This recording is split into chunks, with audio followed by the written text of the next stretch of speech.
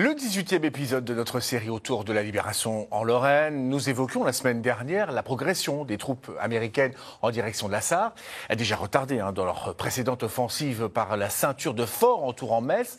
Elles ont été confrontées à d'autres redoutables fortifications. Le récit de Laurent Parisot avec Stéphane Matuchet et Léo Mathieu.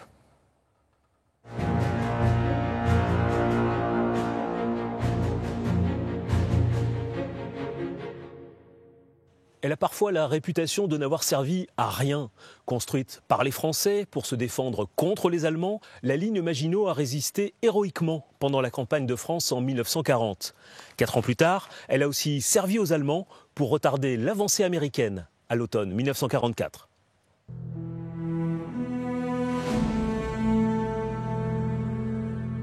Quatrième plus gros ouvrage de la ligne Maginot, le Cimserhof joue un rôle central dans la défense du secteur allant de la Sarre aux Vosges du Nord. Dans ces 3 km de galerie, une petite ville avec sa centrale électrique, ses cuisines, son hôpital et ses casernements prévus pour accueillir 876 hommes.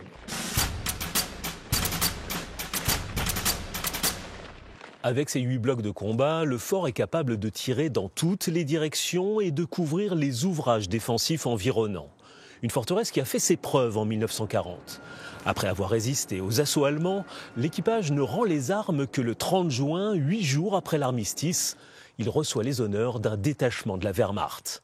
Le Cimserhof devient ensuite un lieu de tourisme pour les militaires allemands, avant de servir de site de stockage pour des torpilles. Fin novembre 1944, alors que les Américains progressent en direction de Bitche, le Cimserhof et les ouvrages environnants sont réarmés par les Allemands. Pour assurer l'autonomie de ces forts, ils reçoivent des réserves d'eau, de carburant pour les groupes électrogènes et des bougies en guise d'éclairage de secours.